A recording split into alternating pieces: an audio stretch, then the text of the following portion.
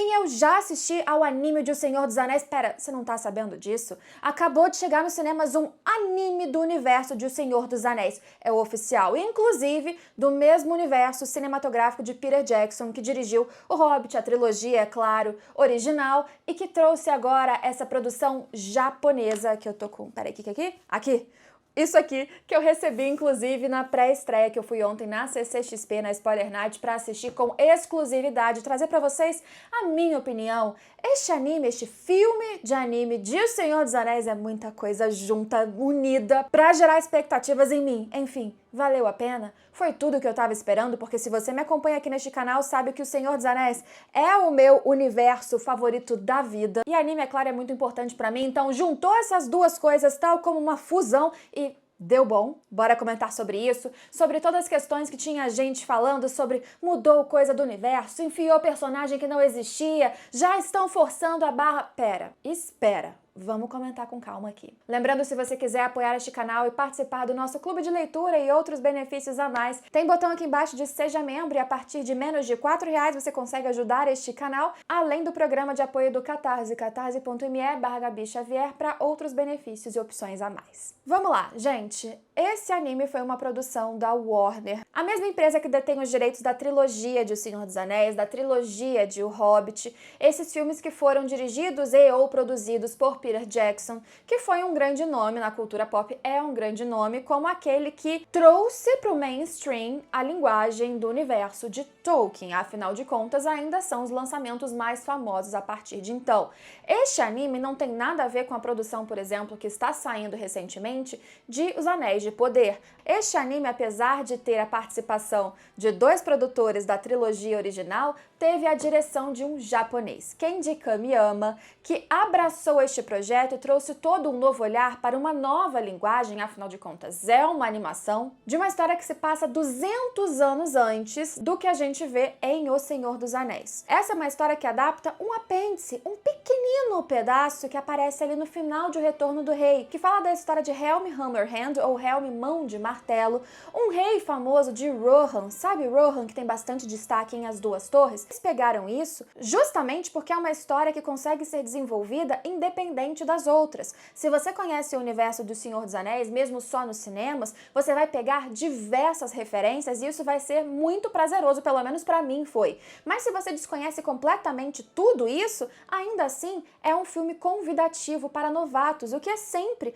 uma intenção do cinema, trazer novos públicos. E eu acho, já abrindo pra vocês, que o filme é perfeito pra isso, pra quem é fã de anime ou não. Pra fazer um longa-metragem de um apêndice que é só um pedacinho, é claro que eles precisariam desenvolver a história. Então, se você enxerga no trailer e tem um destaque gigantesco para uma personagem de cabelo vermelho chamada Hera, filha de Hammerhand, que no apêndice sequer tem nome, é claro que você entende que existiu uma expansão daquela história, e uma expansão naturalmente necessária. Eles fizeram escolhas de como eles fariam esses acréscimos, quais seriam eles, com foco no quê, mas adições eram inevitáveis, ou o filme seria um curta-metragem. Ah, mas isso significa que eles tiraram o foco do Helm, que era o grande centro da lenda do rei que sobreviveu às adversidades e se transformou praticamente numa lenda, num espectro? Não. Eles não tiram o foco do Mão de Martelo, mas eles trazem um novo panorama para que aquela história faça sentido de novo num longo tempo de tela. E que lindo tempo de tela!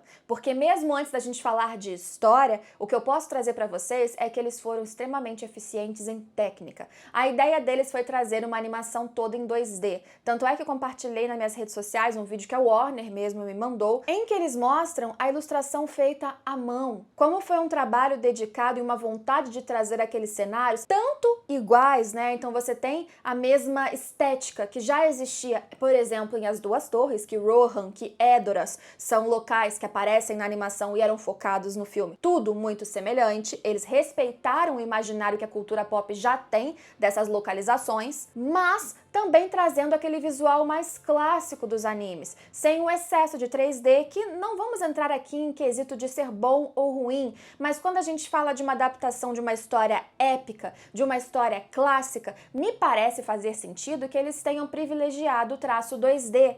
Me dá a sensação de estar assistindo a uma animação, a um anime mais antigo, com técnicas aprimoradas, com tudo muito bem feito, perfeito, é claro, mas numa percepção inclusive leiga, parece combinar muito bem com uma história que trata de, entre muitas aspas, uma narrativa de época, porque é um ambiente ficcional, isso ninguém tem dúvidas. Trilha sonora, gente, trilha sonora desde o início já abre com um tema muito conhecido de O Senhor dos Anéis, e não apenas aqueles temas que a gente tem quando estamos falando de Rohan, aqueles temas muito famosos nas batalhas envolvendo Elwin, Rei Théoden, não. Vários outros temas que existem na trilogia em outras situações aparecem utilizados nesse filme, o que pra quem aqui tem referência sonora, que gente, eu ouvi trilha sonora de O Senhor dos Anéis desde a minha pré-adolescência até hoje, assim, sem parar, então é algo que pra mim pega muito no emocional, mas também, é claro, são músicas muito boas porque combinam pra caramba com esse estilo de narrativa. Então, reutilizá-las não só são um grande ponto de saudosismo, mas são um grande ponto de qualidade. Aí a gente fala de história, de personagens, que eu não vou dar muitos spoilers porque eu não quero estragar a sua experiência assistindo. Mas, em resumo, o que acontece mesmo no apêndice sobre Helm Hammerhand é que ele era o rei de Rohan, soberano, e vem uma galera, um lorde das Terras Pardas, um lorde Dunlendin, vai junto do seu filho Wolf e alguns que os acompanham para exigir uma união com o rei de Rohan. Um rumor tinha crescido de que a filha do rei de Rohan seria prometida a um príncipe de Gondor, ou seja, uma união de Rohan e Gondor que nunca se deram tão bem. E este cara, este Lord Freca, não gostou e disse: Nana, sua filha precisa casar com meu filho, Wolf, e este casamento consolidará uma união de duas terras muito poderosas, e este pedido não foi muito bem aceito por Helm. Diz a lenda que então Helm acabou no soco, no murro com este Lord Freca, e a partir daí uma grande vingança teria sido iniciada pelo seu filho Wolf, e aí é história. São enfrentamentos que vão crescendo para uma grande batalha e claro que vai acabar no Abismo de Helm, que nessa época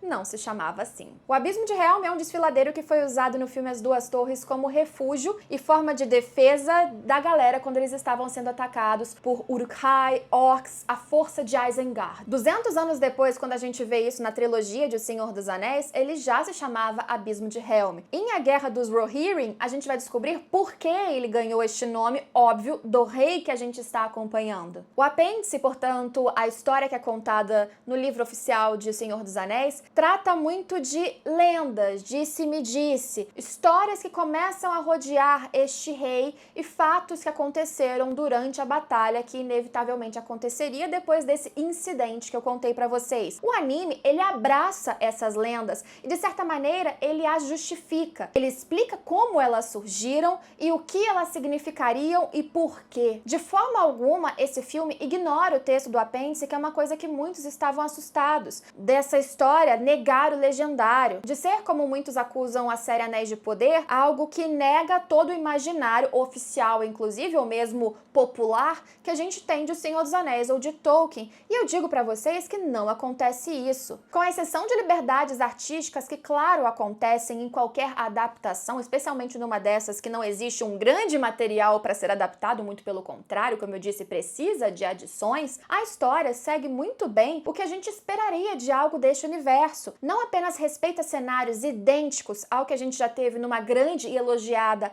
adaptação de O Senhor dos Anéis, também trazendo a parte musical muito conhecida, mas também respeita em figurinos, em formas de atuação, de falas, de personalidade de cada um desses personagens, mesmo aqueles originais, como é o caso da Hera. Muitas pessoas torceram o nariz quando viram que Hera era uma mulher, uma personagem que estava em primeiro plano nos posters, que tinha um grande tempo de tela nos trailers, que estava sempre em primeiro lugar nas divulgações, no marketing. Como que isso pode acontecer se essa é uma história de Helm Hammerhand, que quando a gente vê o apêndice, cita ele e seus dois filhos e ela não tem nome? Realmente é algo para você pensar, mas deu crédito ao filme de entender como eles a utilizaram. Porque, querendo ou não, mesmo na história oficial, ela era o pivô, inclusive, para o estopim de uma guerra, de uma batalha, aliás. Então não é estranho ou incoerente que a ela seja dado um nome, uma personalidade, uma função narrativa importante. Ela tem esse destaque, inclusive desde o início do filme, mas ela não apaga a história do rei,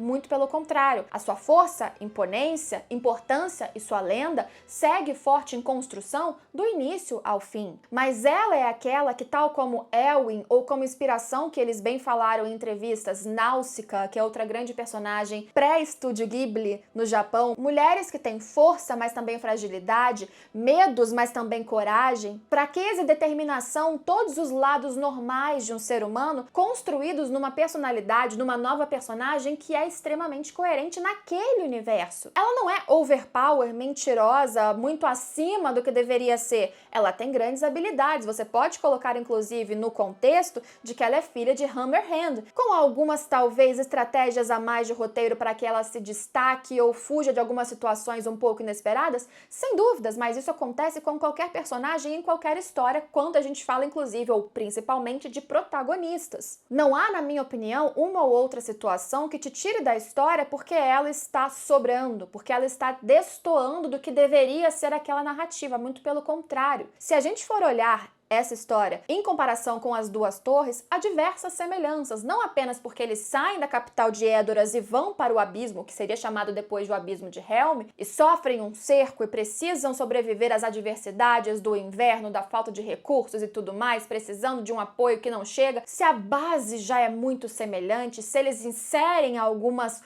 óbvias referências de fala, de grito de guerra, de cenas quase exatas com personagens diferentes. Imagina se eles não tivessem liberdade criativa de fazer essas adições, inclusive com a Hera. A Hera, para mim, só enriqueceu o roteiro, que tal como Elwin tinha suas limitações como uma princesa, como uma mulher, mas foi tendo chances devido ao contexto de se mostrar cada vez mais nas habilidades que ela tinha, com devidas explicações de como ela tinha essas habilidades também, que sejam físicas, em batalhas, com manejo de espada. Vou puxar um clubismo e dizer que muitos animes têm extrema habilidade em trabalhar personagens femininas da maneira mais coerente, carismática e redonda dentro da narrativa, sem sobras ou exageros. Há exceções? Diversas, mas há muitos casos desses. E eu acho que, inclusive, a forma que eles fizeram com a Hera nesse filme é elogiosamente melhor do que outras adaptações mais recentes, inclusive do universo de O Senhor dos Anéis. Todos os personagens têm o espaço que precisam ter. Wolf, que acaba sendo o